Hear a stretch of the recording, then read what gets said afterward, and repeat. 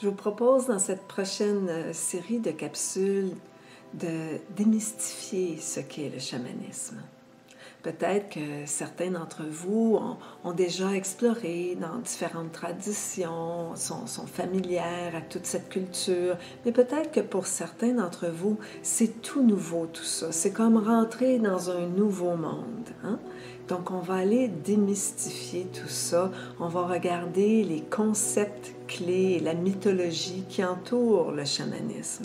Moi, quand je suis arrivée au festival chamanique en France, j'étais une de ce grand nombre de chamans invités pour représenter les traditions chamaniques de partout dans le monde. Il y en avait du Japon, de la Corée, de l'Afrique, du Congo, de l'Inde, de l'Australie, de la Nouvelle-Zélande, il y en avait de l'Europe de l'Est, de la Mongolie, et naturellement de l'Amérique du Sud, la Colombie, le Mexique et le Pérou, naturellement.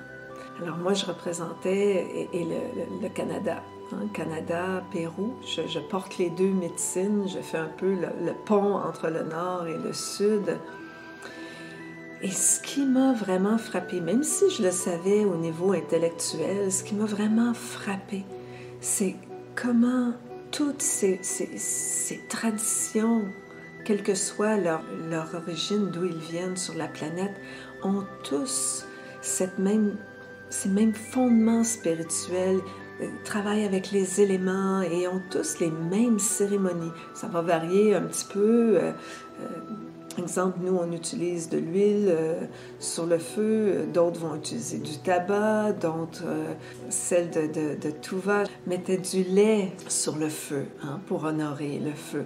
Alors, ça va varier, la couleur du costume va changer, mais les fondements restent les mêmes. Alors, quels sont ces fondements? On va regarder ensemble, premièrement, que c'est pas une religion, c'est pas une secte, c'est plutôt une spiritualité que j'appelle de la terre, qui a comme précepte que la vie est en tout, que tout est sacré, qu'il n'y a pas de monde surnaturel, il n'y a que le monde invisible et le monde visible, et que tout est comme il se doit, que le mal n'existe pas, qu'il n'y a que disharmonie et déséquilibre, et que le rôle du chaman ou de la chamane, c'est vraiment de rétablir l'harmonie, de cultiver l'harmonie, de voyager entre les mondes pour ramener l'harmonie. Et ensuite, on va regarder dans une autre capsule notre vision occidentale du monde versus le point de vue chamanique.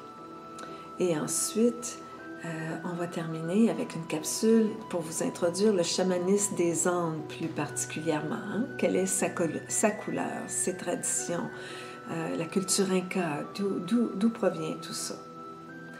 Alors, je vous rejoins dans la prochaine capsule. À bientôt.